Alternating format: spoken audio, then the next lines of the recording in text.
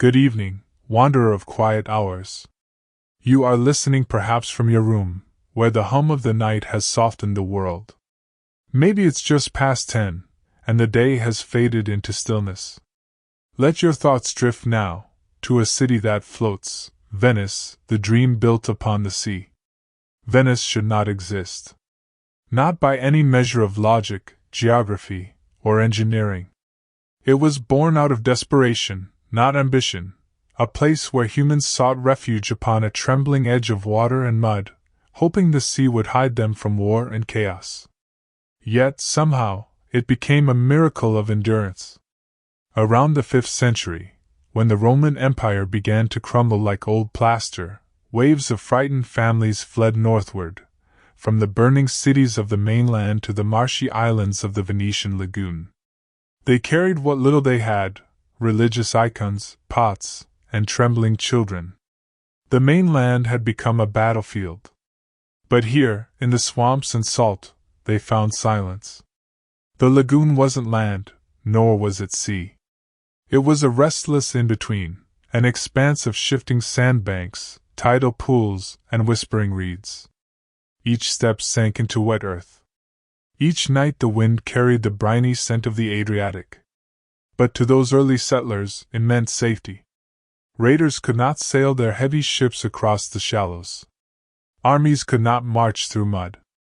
They learned to live with the rhythm of the tide, raising huts on wooden stilts, tying their boats to the roots of salt-loving trees. Over time, the huts grew into homes. The homes became clusters. And the clusters, eventually, became a city unlike any other, one that appeared to float, shimmering in moonlight. The miracle, however, was not magic.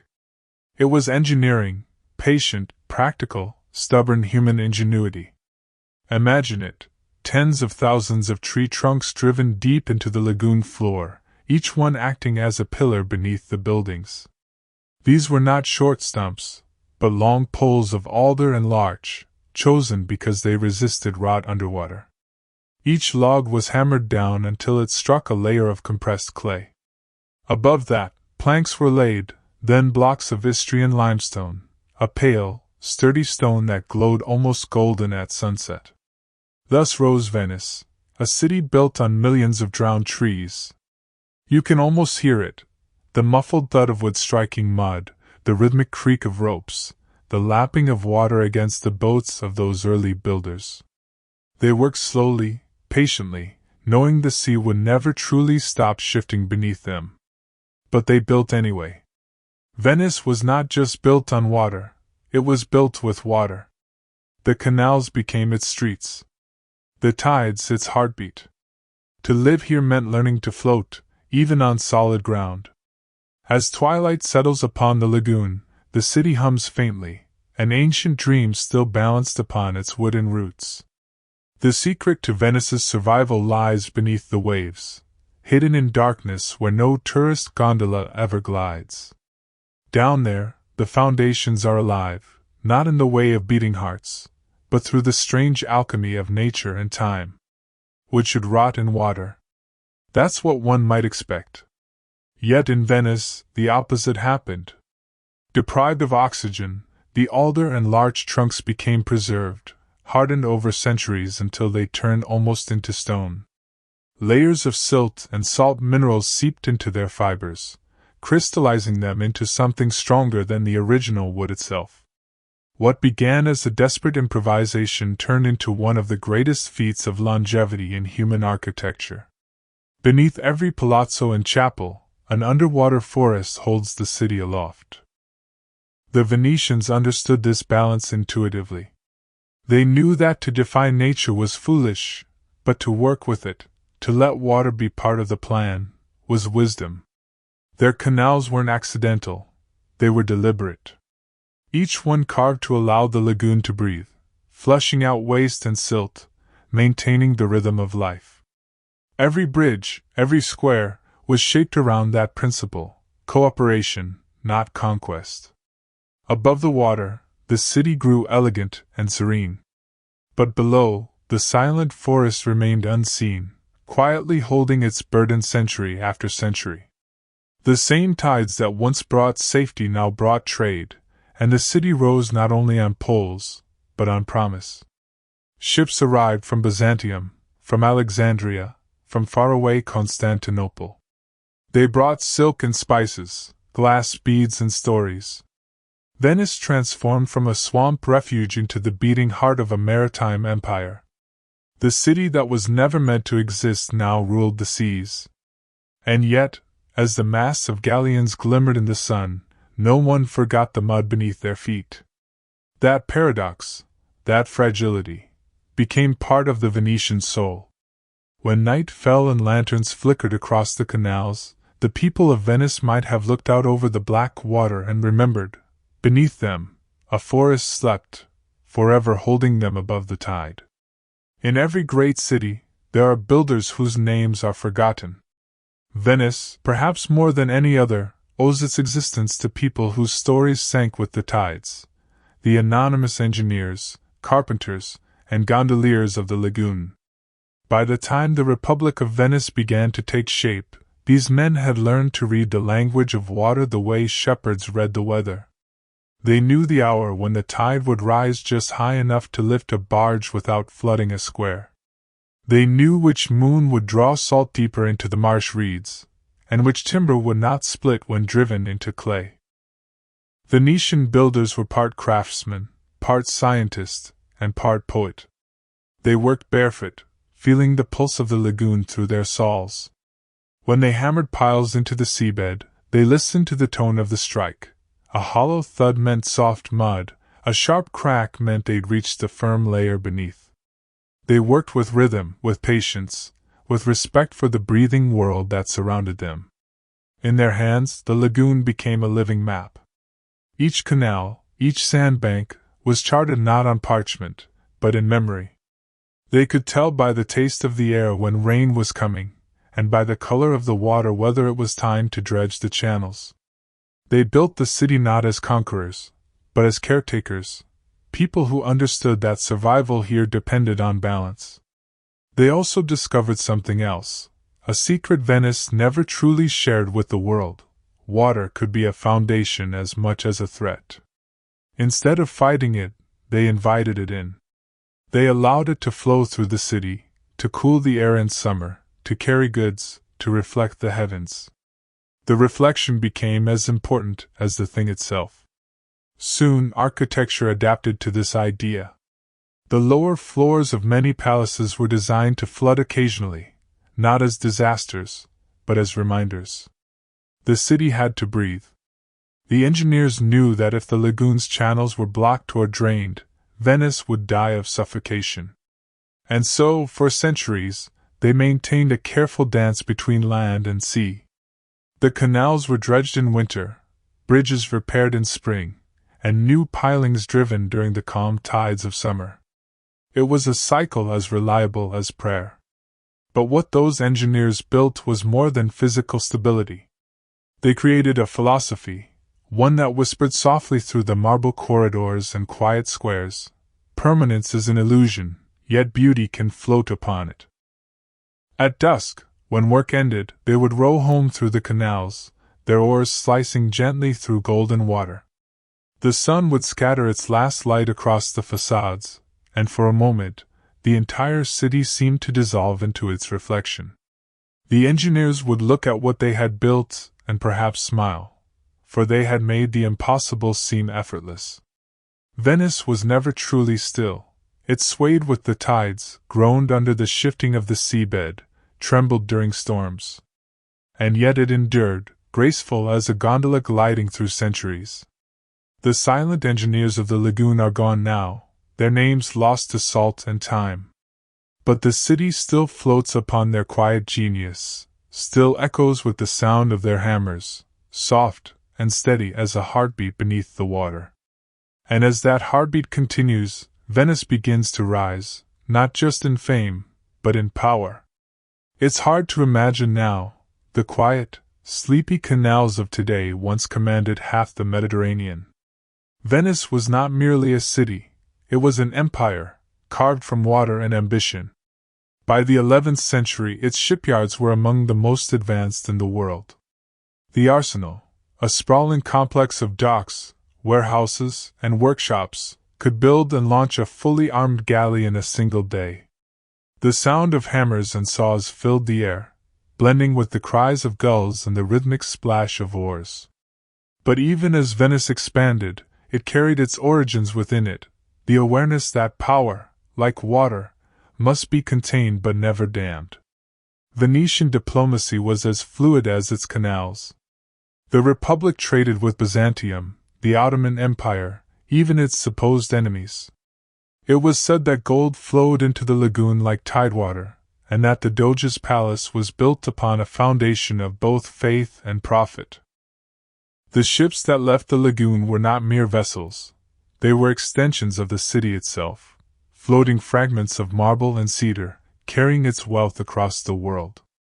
Venetian glass, silk, and salt became treasures of kings. Yet the engineers who maintained the city never stopped their quiet work. Beneath the grandeur, the same ancient wooden pilings held firm, and the lagoon continued to whisper warnings. Every storm, every high tide, reminded Venice of her fragile birthright. The doges, the elected rulers, would stand on balconies overlooking the Piazza San Marco, watching the Adriatic shimmer in sunlight, and perhaps feel the same humility their ancestors once knew. For no matter how mighty Venice became, she could never forget that her palace floors were still built upon a drowned forest.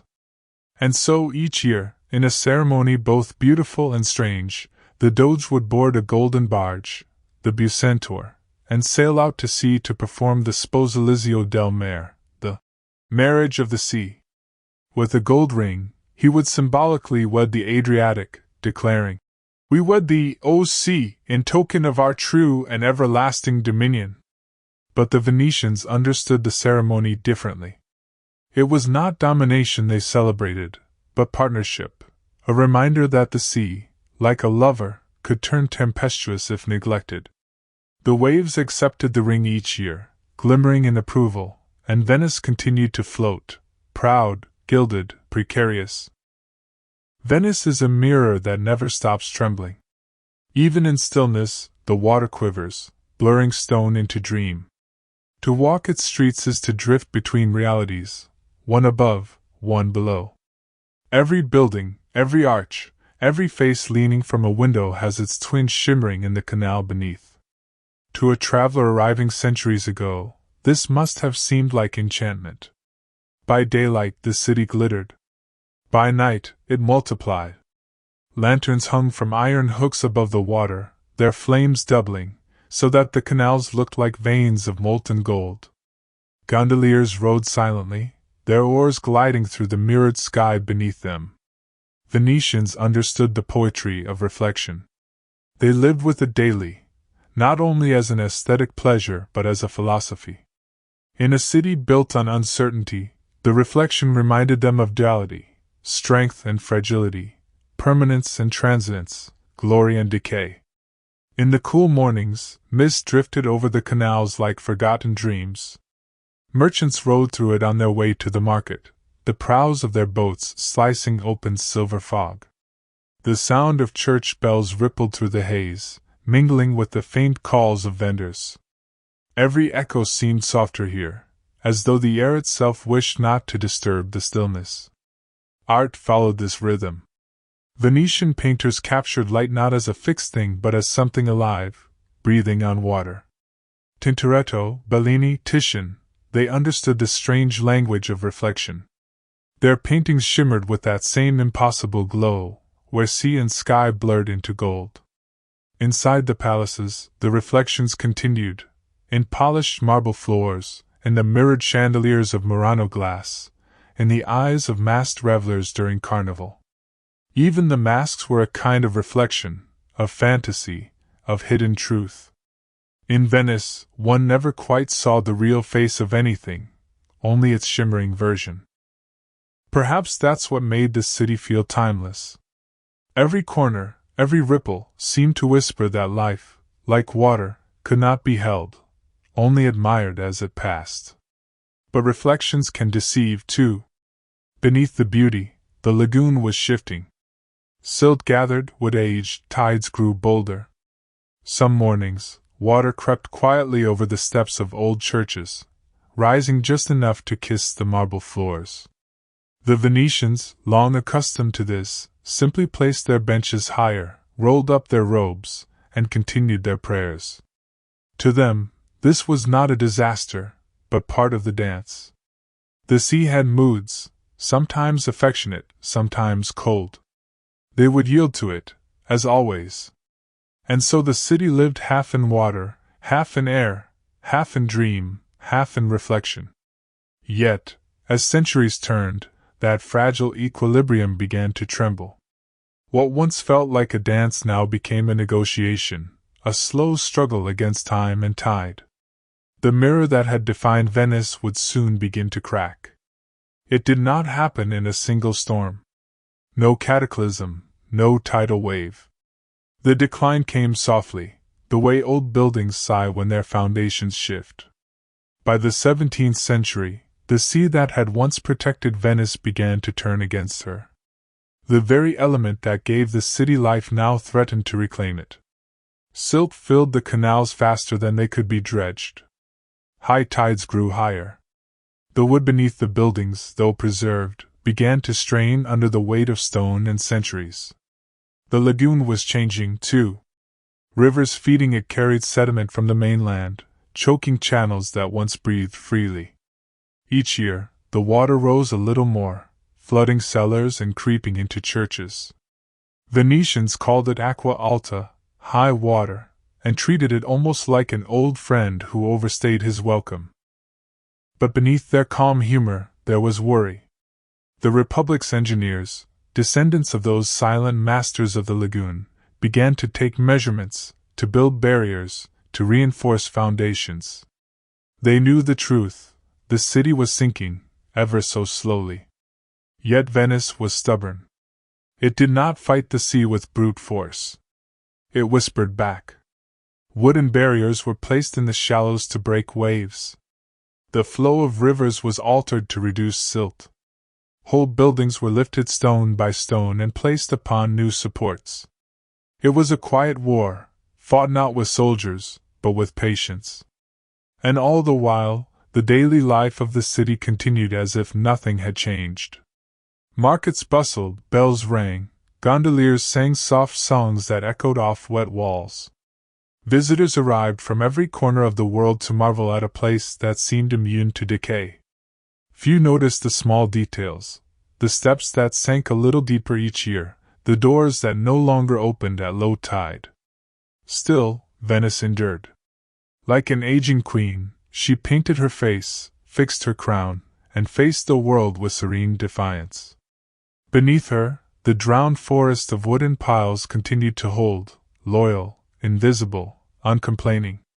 And when the storms came, as they always did, Venetians stood in the doorways and watched, their reflections trembling in the rising water.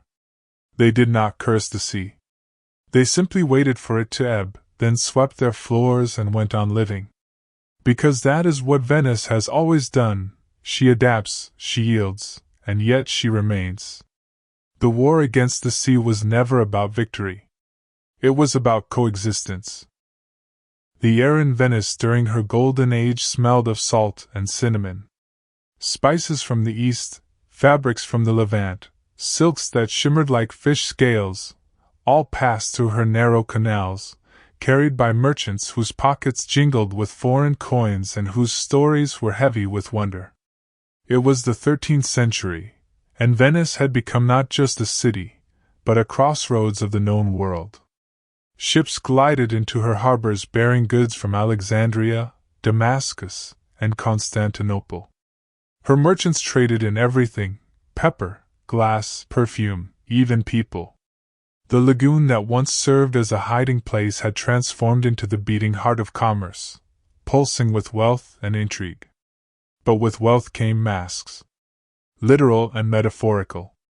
The Venetian mask, born from the anonymity of trade, became a symbol of the city itself. In a place where gold changed hands and whispers and secrets shaped empires, it was safer to conceal one's face. Behind porcelain and paint, The powerful could mingle with the powerless. The merchant could become a noble. The sinner could confess without shame. During Carnival, the entire city turned into a dreamscape. Lanterns floated across the canals like drifting moons. Music echoed from courtyards hidden behind crumbling gates. Gondolas moved silently through the mist, their passengers disguised, laughing softly under their masks. Venice blurred distinctions, between day and night, between virtue and vice, between wealth and ruin. She was, in every sense, a reflection of herself, beautiful, mysterious, and slightly unreal. In the great marketplaces, merchants haggled in half a dozen languages.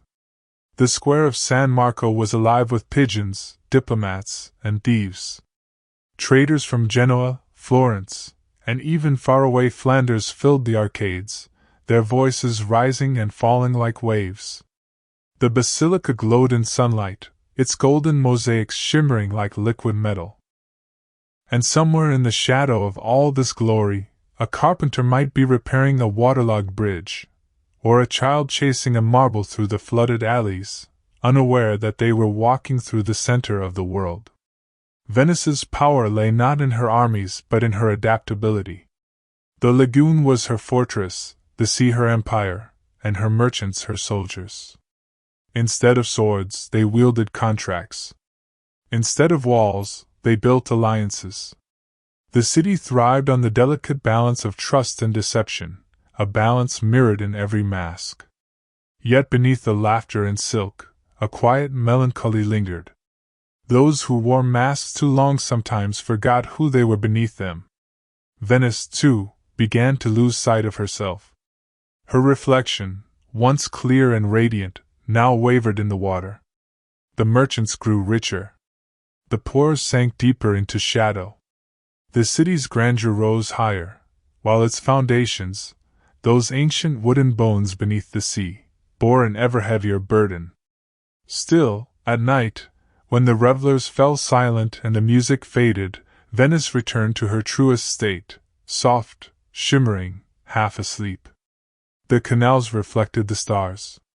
Somewhere, a gondolier hummed an old tune to the rhythm of his oar. And the city listened to herself breathing. Every city has a sound. Rome echoes with footsteps on marble. Paris hums with the clatter of cafes. Venice, however, breathes. Listen closely, and you'll hear it. The soft sigh of water brushing against moss-covered walls. The slow inhale of wine through the alleys. The faint creak of wood as tides shift beneath ancient foundations.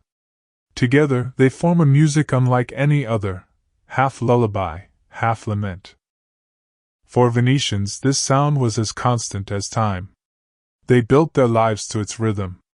Bakers rose before dawn to knead dough while the fog still hugged the canals. Fishermen pushed off from the docks, their lanterns glowing like will-o'-the-wisps. Monks crossed narrow bridges in silence, their robes brushing the air like whispers. By midday, the city brightened. Light poured down the Grand Canal, gilding its waters. Gondolas drifted lazily, carrying nobles in velvet cloaks. The scent of roasting chestnuts mingled with that of seaweed and salt. And yet, even in daylight, the water never ceased its murmuring, its quiet reminder that nothing here was truly solid. The stones of Venice were porous, like memory. They absorbed centuries of laughter, music, prayers, and footsteps. Walk long enough, and you might feel the city remembering you, an invisible echo of all who came before. The architects of Venice designed their buildings to breathe as well. Arches rose like exhalations. Windows were built to catch the sea breeze, cooling the rooms of palaces that floated on air and time. Even the churches seemed to inhale incense, and release it slowly through their spires, blending faith and salt into the same fragrance. But water has a voice of its own. At times it spoke gently, tapping on the steps like a polite visitor. At others it roared, surging through the streets, claiming back what it once owned. Venetians accepted both moods. They knew that to live here was to listen, to the sea, to the stone, to the silence between tides. Visitors often spoke of Venice as though she were alive. And in a way, she was. Her body made of stone, her veins of water, her lungs of wind. Her heartbeat pulsed beneath the waves, where the drowned forest of timber still held fast. At dusk, the city exhaled. The markets quieted, the gondolas moored, and the lanterns flickered to life one by one. A hush settled over the lagoon, a kind of collective sigh shared by 1,000 generations of Venetians. It was then, in that delicate hour between light and dark, that the city seemed most aware of herself. Neither young nor old. Neither rising nor sinking. Just floating, endlessly, between yesterday and tomorrow. When the sun slips behind the domes of Santa Maria della Salute, Venice exhales. The crowds thin, shutters close, and the day's brightness folds into the slow rhythm of oars on water.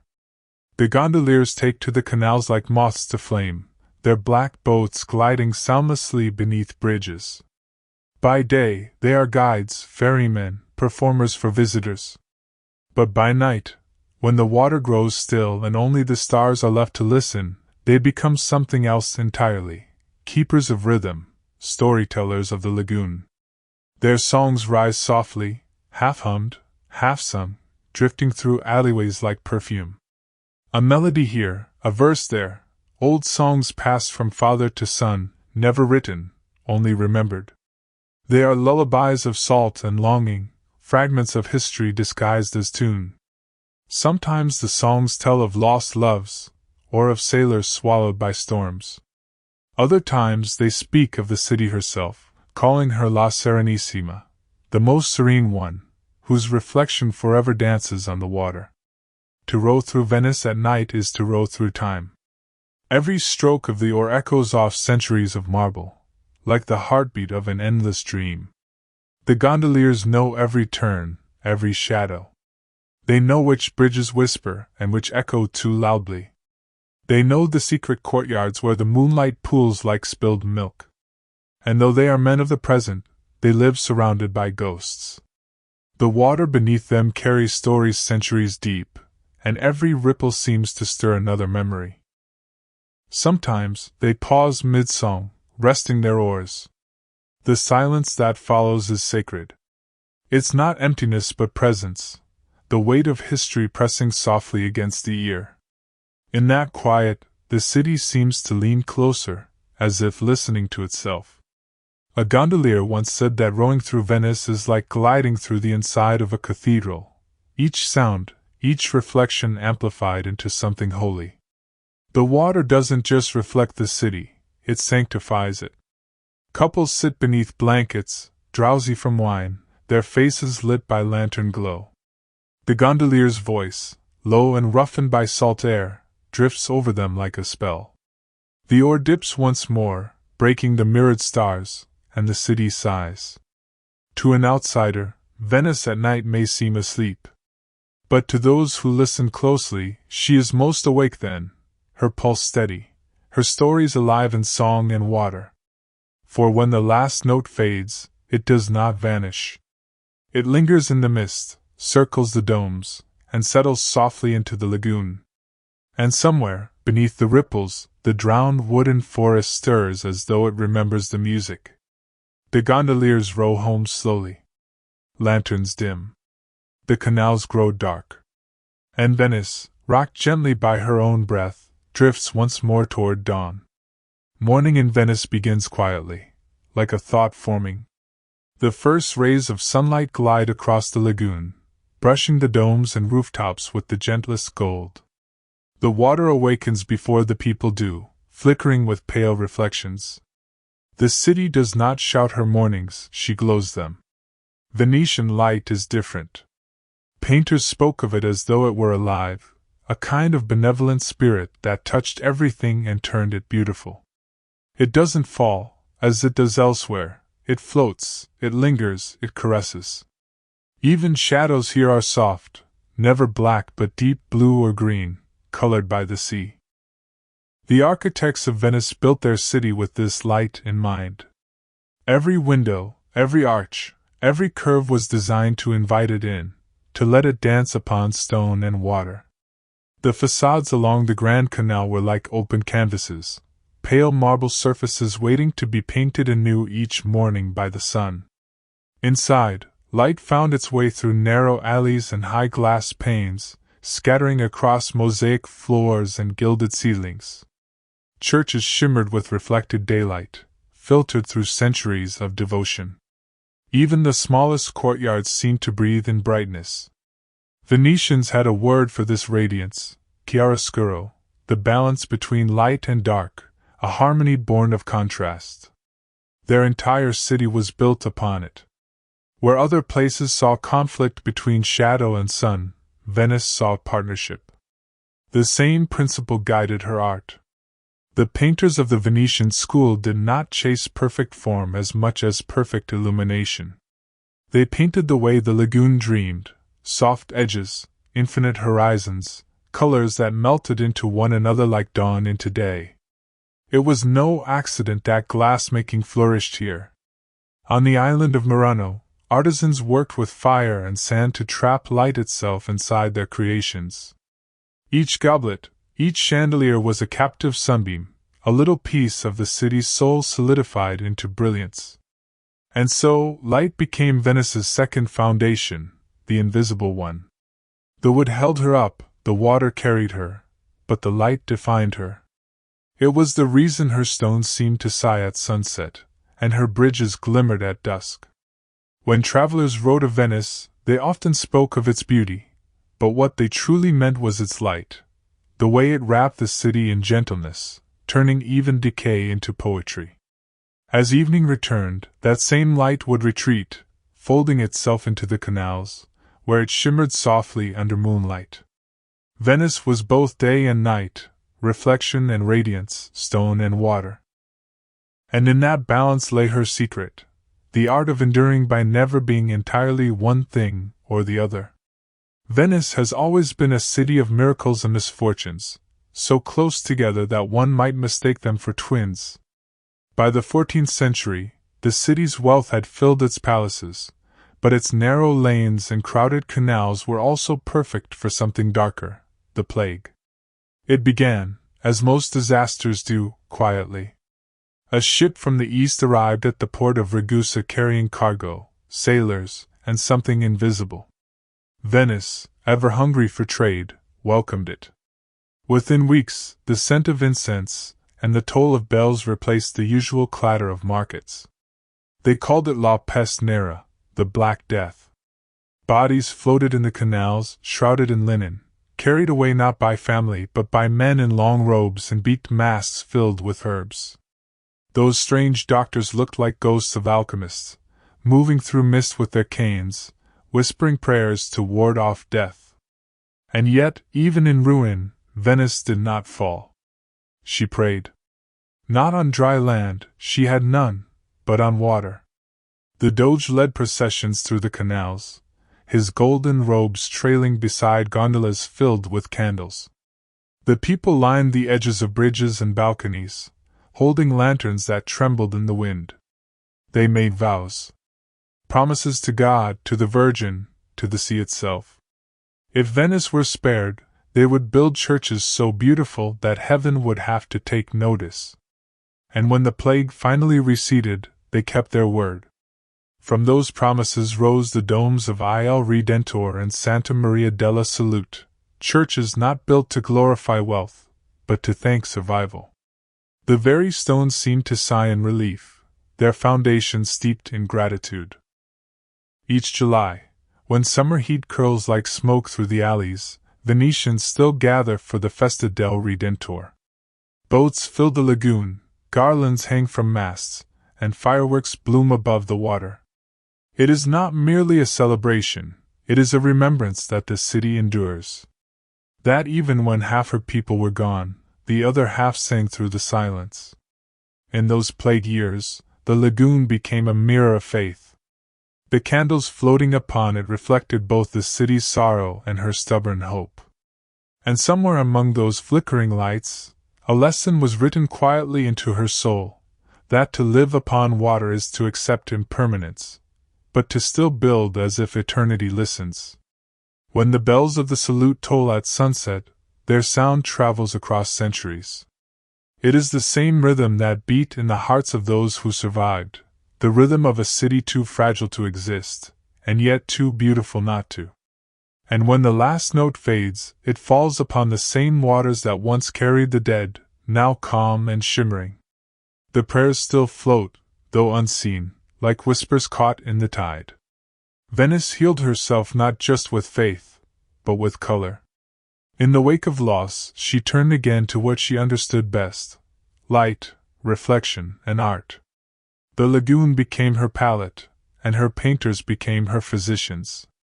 In dim studios above the canals, men with stained fingers worked by candlelight, capturing the shimmer of dawn or the hush of twilight. Tintoretto painted like a storm, Titian like a sunset, Bellini like a prayer whispered to the sea. They painted the same city again and again, as though afraid she might disappear if not constantly remembered. Their canvases did not depict Venice as it was, but as she felt. The way mist curled around a bridge, or how the water held a reflection just long enough before letting it go. Theirs was a city of blurs, of gentle contradictions, either land nor sea, either real nor dream. Art became the city's new commerce. Wealthy merchants commissioned portraits not for vanity, but as proof that they had lived among miracles. Canvases traveled farther than ships, carrying with them a vision of Venice so luminous that even foreign kings called it divine. In their studios, painters listened to the water lapping below, and it seemed to breathe with them. They said the lagoon itself taught them how to paint, the way it fractured light into infinite shades, how every ripple created a new reflection. One artist, it was said, used to dip his brush in seawater before beginning, as if to bless the work.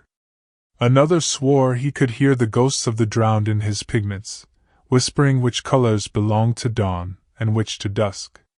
Through these paintings, Venice told the world a secret, that beauty could rise from decay, that water could hold history without drowning it.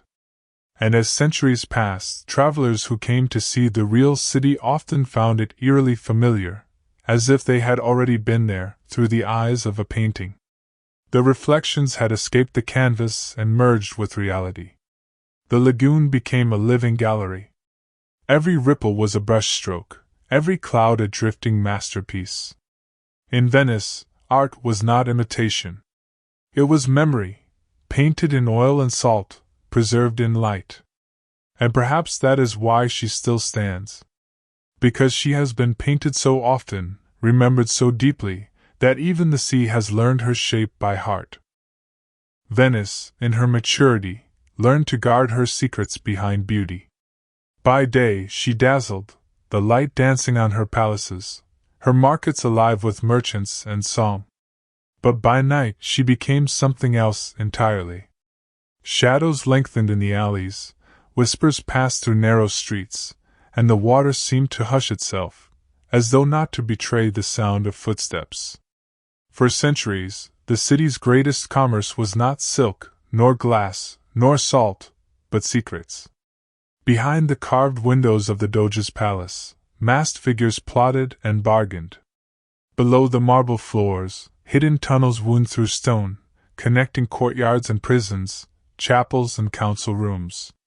The Bridge of Sighs, now a postcard image for lovers, was once a passage of despair. Prisoners crossed it only once, catching a final glimpse of the lagoon before vanishing into the damp cells of the Palazzo Ducale.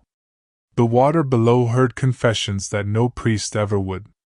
And yet, for all its politics and plots, Venice was also a theater, a city where everyone played a role. The carnival made that literal.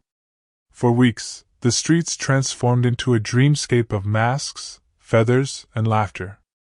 Bakers sculpted marzipan into miniature gondolas. Musicians in silver cloaks played from balconies. Lovers met in borrowed identities. To be masked in Venice was not deceit, it was liberation.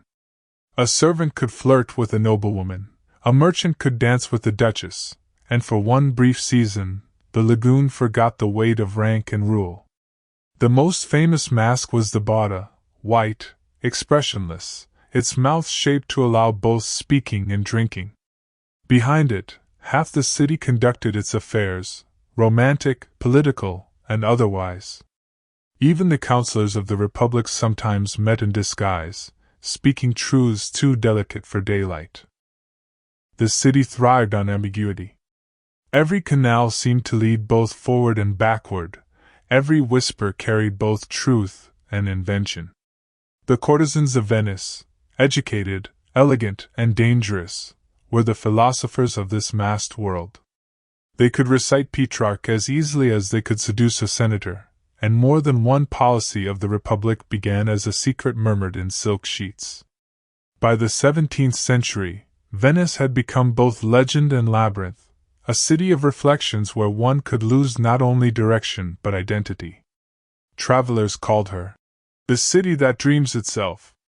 Artists and poets arrived to be dazzled and left haunted. At night, when torches flickered on the bridges, the masks glimmered like floating faces. Music echoed through the fog, violins blending with laughter. And beneath it all, the water waited, silent as a confidant. Because here, even the canals had memory. They remembered the footsteps of lovers sneaking home before dawn, the splash of a hidden gondola bearing secrets to the Doge, the sighs of those who mistook disguise for freedom. Venice had learned the oldest rule of survival, that a city, like a person, must sometimes wear a mask to endure. And when the carnival ended, and the masks were burned, the air still smelled faintly of wax, wine, and mystery. The city slept, but never completely. When the laughter faded and the confetti sank, Venice returned to her truest element, trade. The carnival was her dream, but commerce was her heartbeat. From her earliest days, Venice had been a city of merchants, men who spoke the languages of winds and tides, who measured fortune not in coins but in horizons. Their ships were the veins of the Republic, carrying pepper from India, silk from China, amber from the Baltic, and whispers from everywhere in between. The Venetian arsenal was their forge of miracles, a shipyard so vast and efficient that it could build a galley in a single day. Workers moved in rhythm like clockwork, hammering oak and tar, sewing sails, and shaping destiny. The smell of resin and salt was the perfume of empire. Every mast that rose from the lagoon carried a prayer, for profit, for safety, for return. And every sailor who departed knew the sea was both mother and executioner. The Adriatic could be kind as glass or cruel as iron, and Venice learned to speak its moods as one learns to soothe a temperamental god. It was said that the Doge's most sacred ceremony was not in a church, but upon the water. Each year, on Ascension Day, he sailed out to sea and dropped a golden ring into the waves, declaring, "We wed thee, O sea, in token of our true and perpetual dominion." No kingdom had ever married its elements so literally. Venice did not conquer the sea, she courted it, seduced it, depended upon it. And in return, the sea both fed her and tested her. The merchants who returned brought not only goods but knowledge. They brought the mathematics of Arabia, the spices of India, the glasswork of the Levant. They brought stories, of deserts where stars guided caravans, of cities where elephants walked through marble gates. Venice absorbed them all, like a mirror that reflects and transforms. Her markets overflowed with colors that did not exist elsewhere, saffron yellow, indigo blue, ruby glass, and the soft pink of crushed coral. Even her language became a hybrid, Italian spiced with Greek, Arabic, and Turkish. But trade was a delicate tide. The same sea that brought her fortune also carried her rivals. Genoa, Pisa, the Ottomans, all took turns challenging her supremacy. And yet, for centuries, Venice remained afloat, her sails stitched with patience and cunning. In the silence of her storerooms, the crates of silk and spice whispered of distant storms and strange lands. The lagoon itself seemed to hum with the memory of sails unfurling. And as night returned, the merchants' lanterns flickered on the docks, casting golden trails upon the water, like the veins of the city still pulsing after a long day. For Venice, commerce was not greed, it was communion. To trade was to connect, to listen, to learn. The lagoon was her marketplace, and the horizon her constant negotiation. By the 18th century, Venice had grown old, but gracefully, like an aging beauty who knows the power of memory. The republic that once ruled the seas now found itself surrounded by empires far younger and hungrier. Trade routes had shifted. The winds that once carried her galleys now favored ships bound for new worlds. And yet, she pretended not to notice. The Senate still met in the Doge's palace, though the debates were more ceremony than substance. The Doge still wore his golden robes, but the gold had dulled, and his power was mostly symbolic. Outside, the gondoliers still sang, the carnival still dazzled, but there was an undertone, like laughter in a dream just before waking. Venice had become a theater of her own past. Writers and travelers flocked to her, drawn not by her influence, but by her decay. They described her as a city living underwater, a place where the air itself seemed to shimmer with nostalgia. The stones wept salt, they said. The water mourned. Her palaces, once homes of senators and merchants, began to crumble at the edges. Seaweed crept higher up the marble steps. The great halls echoed with the ghosts of masked revelers, the faint rustle of vanished silk. It was a slow, almost elegant decline. No invasion, no fire, just a gradual exhaling, as though the city had grown tired after centuries of brilliance. The people sensed it. Their songs changed, their pace softened. The laughter of carnival grew quieter, the processions fewer. The lagoon began to reclaim what was always hers, inch by inch. And yet, there was beauty in the fall. The way moss glowed green on forgotten statues, how the moonlight lingered longer on half-sunken doors. Even in ruin, Venice refused to be ordinary. She made decay look divine. When Napoleon's forces finally marched into the city in 1797, they found no resistance. The Doge surrendered without bloodshed, stepping down from his throne as if from a stage. The Republic of Venice, one of the longest-lasting governments in history, ended with the sound of distant bells and a sigh from the sea. The conquerors came and went. First the French, then the Austrians. They all left their marks, but none could truly claim the city. Venice belonged to no one, because she belonged to her reflection. Visitors spoke of walking through her streets and hearing echoes. They swore they could see shadows moving behind closed shutters, smell and sense where no church stood. The line between the living and the remembered blurred until no one could tell which was which. She became the city of ghosts, not haunted, but inhabited by memory. 1,000 years of voices trapped in plaster and tide. And when the fog rolled in from the lagoon, as it still does, it covered everything in silence. Only the faint sound of dripping water remained, the pulse of a city that refused to die, only to fade beautifully. Venice was no longer an empire. She was a sigh, a reflection, a poem written on water. Even as her power faded, Venice became something new, an altar to beauty itself. The very thing that had once been her background, her shimmering light, now drew pilgrims from every corner of the world. Poets arrived with notebooks trembling in their hands. Painters came to chase her light, only to find it uncatchable. Musicians composed pieces that tried to echo her silence. Each sought something different, but all left with the same feeling, that Venice was not a city, but a sensation. By the 19th century, the Grand Tour had made her a rite of passage for the cultured. Young aristocrats from London, Paris, and Vienna came to drift in gondolas, to sketch her domes, to write letters describing how unreal she seemed. Some fell in love, others fell into melancholy. Most never forgot her. Lord Byron swam in her canals and called her a fair bride of the sea. Turner painted her sunsets until his canvases blurred into pure light. Henry James wrote that Venice was the most beautiful sepulchre in the world. They came expecting ruin, and found resurrection. The city that had lost her empire discovered a new one, an empire of the imagination. Her currency was now beauty, her exports memory. The same water that once carried spices now carried dreams. Gondoliers learned new songs for foreign ears. The once secret courtyards opened as hotels. And yet, somehow, the city did not lose her soul. The tourists came and went, but Venice remained wrapped in her shimmering veil, allowing only glimpses of her true self. Some nights, when the air was still and the lanterns flickered just right, the lagoon seemed to whisper in another tongue.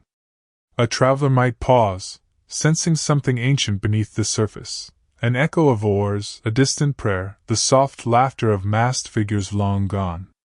The city seemed alive not despite her age, but because of it.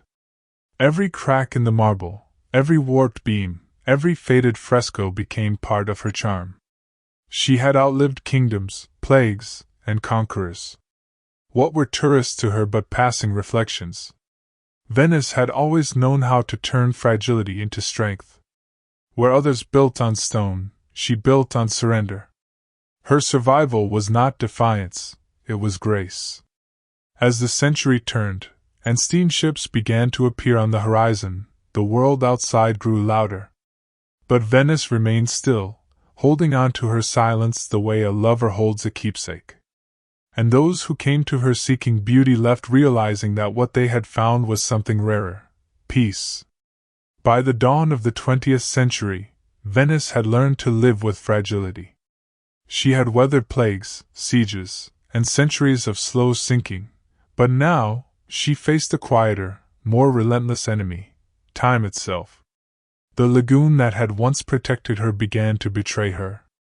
The tides rose higher each year, and the foundations, those ancient wooden stilts hidden beneath centuries of history, began to groan. The sea that once crowned her with gold light now nipped at her ankles. Venetians learned new words for old fears: aqua alta, the high water. It arrived without warning, a silent tide creeping through the alleys, filling the squares, swallowing reflections whole. Shopkeepers placed wooden planks before their doors. Children waded through St. Mark's Square in rubber boots, laughing, as though this were a game the city played with the sea.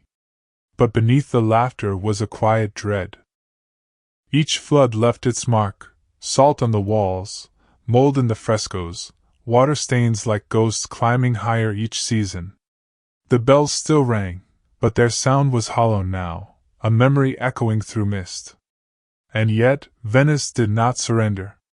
She had never known how to. Engineers arrived with blueprints and optimism, dreaming of barriers and gates to hold back the sea. They called their project Mose, named after Moses, the one who parted waters. Giant steel doors hidden beneath the waves, meant to rise when danger approached, to defend the old queen of the lagoon. It was a marvel of ambition, but even so, Venetians knew the truth: the sea cannot be conquered, only courted. Some said the floods were punishment for hubris, others, merely the earth's slow exhale. But to those who lived there, it became a rhythm, like breath or prayer. The water came, and the water went. Life continued in between. Tourists, seeing the flooded piazzas, called it picturesque. They took photographs of themselves ankle-deep, smiling against the melancholy of a drowning world. But the locals saw something different. They saw their past dissolving at the edges: the paint, the plaster, the patience. Still, Venice endured. She always did. At dawn, when the fog thinned and the bells of San Giorgio chimed, the city looked eternal again. The light touched the domes just so, and the reflections returned, pure and trembling. From a distance, one could almost believe that nothing had changed, that the water had always been this way, that Venice had always floated on faith alone. Perhaps she has. For centuries, she has refused to choose between sinking and surviving. Instead, she does both, gracefully. She yields to the water, and somehow remains afloat. It is her nature, to bend, not break, to shimmer, not shatter. And so, each morning, the city awakens to her reflection, uncertain whether it is prophecy or memory. The tide retreats. The stones dry. And Venice, ever patient, begins her day again as if the sea had only come to kiss her feet. As the modern world hummed around her, planes above, engines below, Venice remained timeless. But her watchers knew better. Beneath the beauty, the battle continued. Scientists, divers, architects, and monks, an unlikely congregation, became her guardians. They studied her foundations, peered into the murky depths where the wooden stilts still held. Those timbers, driven centuries ago into clay, had petrified into a kind of eternal forest. But even that miracle had limits. Some of the watchers worked in laboratories, analyzing salt patterns on stone. Others rowed small boats at dawn, measuring tides, listening to the city breathe. They mapped her decay with reverence, as though recording the heartbeat of a saint. They found that Venice was not dying. She was changing, adapting, as she always had. The silt that once threatened to bury her now protected her from waves. The algae that grew upon her walls, once scrubbed away, turned out to shield her from erosion. Even the pigeons that annoyed tourists helped scatter seeds, greening the city in small, invisible ways. Venice, it seemed, was healing herself slowly, in secret. But she needed help too. The watchers lobbied for restoration, for care. They drained, repaired, and rebuilt piece by fragile piece. Beneath their hands, mosaics gleamed again. Statues stood straighter. Domes, once clouded, caught the light as they had in the age of Tintoretto. The lagoon thanked them in its own way. The tides gentled for a while. The sunsets returned to their full brilliance, flooding the waters with liquid fire. Those who kept vigil often said they felt her soul. Not metaphorically, but truly, a kind of hum beneath the stones, as if the city herself was aware of their efforts. A living thing, ancient and grateful. One engineer kept a journal. In it he wrote, "Venice is not sinking. She is teaching us how to float." And perhaps that was the lesson all along. The city was never meant to conquer nature, but to exist within it, to balance between surrender and defiance, stillness and motion, faith and reason. At night, the watchers would gather on the quays, their work done, and gaze out across the lagoon. The water reflected the stars like it always had. And somewhere, a gondolier sang, softly, as if to remind them that beauty, even endangered, still sings. In those moments, Venice seemed eternal once more. Every visitor who comes to Venice eventually learns the same quiet truth, that the city doesn't simply exist for you to see. She sees you. Walk her streets at dawn, when the light is pale and the canals are still, and you will feel it, the sense that something ancient is watching. Not with eyes, but with presence. Every windowpane reflects not only your face but a faint echo of those who came before, merchants in furs, painters with ink-stained fingers, lovers whispering beneath crumbling balconies. Venice remembers them all. She is, at heart, a mirror, not of glass, but of water. Look long enough into her reflections, and you begin to see not the city, but yourself, refracted, gentle, dreamlike. Perhaps that's why so many fall in love with her. She doesn't merely offer beauty, she reveals it back to you. Artists have always felt this first. Turner, Monet, Sargent, they all came chasing her light, and left haunted by it. Venice does not allow you to paint her as she is. She insists you paint her as you feel. Every brush stroke becomes confession. Every hue devotion. Poets, too, fell under her spell.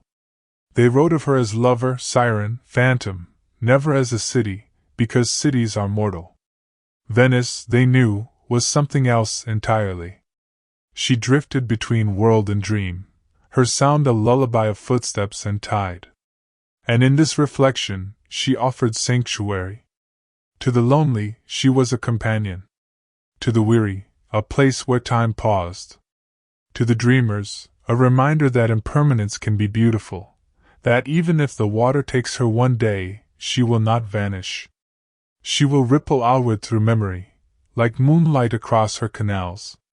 At night, the city seems to dissolve. The lamps flicker across the black water, each one trembling, as though holding its breath. You stand on a bridge, and the silence hums softly, the kind that feels like listening to the heartbeat of something enormous and alive. You realize then that Venice has no future and no past. She exists only in the eternal now, in the reflection beneath your feet. A gondola glides by, its oar cutting through the mirror surface. The ripples distort your reflection, then smooth it again. The water forgives everything. Venice, the city of reflections and dreams, whispers her final lesson, that all beauty is borrowed. The light will fade, the tides will rise, and yet, the shimmer remains in memory, infinite and kind. Perhaps that is immortality. When dawn returns, so does the sound, faint at first, then rising, the rhythmic slap of water against stone. It has been the city's heartbeat for 1,000 years. Venice wakes gently. Mist curls over the lagoon, softening everything into watercolor. Bells ring across the water, their sound bending in the fog, timeless and familiar. A gondolier hums as he loosens the ropes from a post worn smooth by centuries of hands. The air smells faintly of salt and old wood. The city stretches like an old cat. The shutters open. Coffee brews somewhere behind a lace curtain. A woman sweeps her doorstep as her ancestors once did, watching her reflection shimmer faintly in the puddles left by the night tide. Everything feels eternal, and perhaps it is. Venice has always belonged to both the living and the gone. Every stone carries a memory, every canal, a reflection of something just out of reach. The past is not buried here, it floats, glimmering beneath the surface, waiting for the light to touch it again. And so, the city endures. Not through conquest, not through permanence, but through grace. She teaches the world that fragility can be a kind of strength, that beauty need not last forever to matter. The tide rises. The tide falls. Venice remains. If you listen closely, beneath the lapping of the water, you might hear a whisper, not in words, but in rhythm. I was built to float, not to fall. And in that truth lies the secret of her endurance, and perhaps the secret of all things loved deeply enough to be remembered. As the sun lifts higher, gilding the domes of San Marco and setting the lagoon alight, Venice becomes what she has always been, not a city, but a dream, reflected endlessly across time, across tide, across every heart that has ever drifted through her. The eternal city of water. The floating soul of memory. Venice.